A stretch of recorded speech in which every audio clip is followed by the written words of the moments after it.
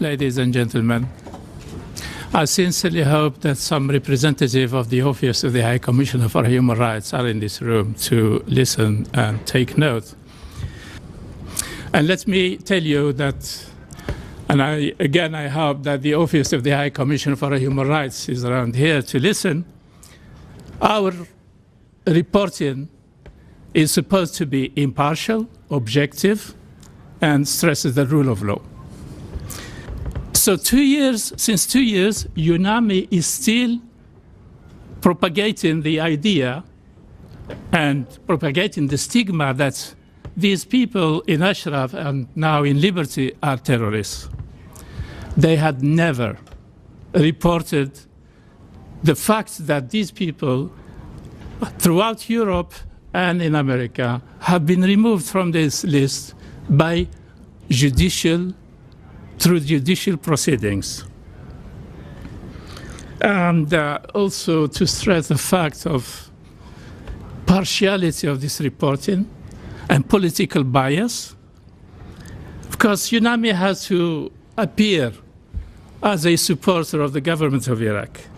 They attribute everything achieved by the residents as a gift from the government of Iraq. About the T-walls, they report that the government of Iraq has provided T-walls.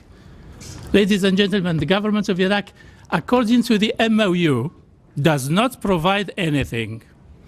It's left to the residents to provide for themselves. And yet UNAMI tell us that the government is providing. You must understand this reality, which is absolutely a lie. The residents were asked to leave Ashraf. They did. The residents were asked to go to Liberty and submit an application for refugee status. They did. The residents were asked to be interviewed. They did. The residents cooperated fully till the last point within the refugee status determination process, which is the adjudication. So to blame the Ashrafis for not cooperating, this is injustice. The residents have applied humanitarian rules and gave the priority to those sick and wounded, which is something to be congratulated for. The Ashrafis should be congratulated for upholding the rules of humanitarian standards, and yet UNAMI takes it a negative point against the residents.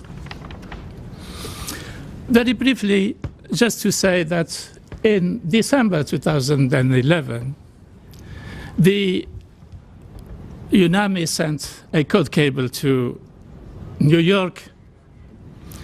What do they say in this code cable?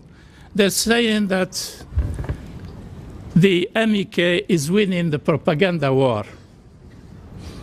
This is the language used in the code cable. MEK is winning the propaganda war, and that the United Nations has to develop a strategy to counterattack. Is that part of the mission of the United Nations? If, again, somebody from the Office of the High Commissioner for Human Rights is in this room, I'm prepared to share with them the copy of the code cable, just to tell that UNAMI will not be impartial on this issue.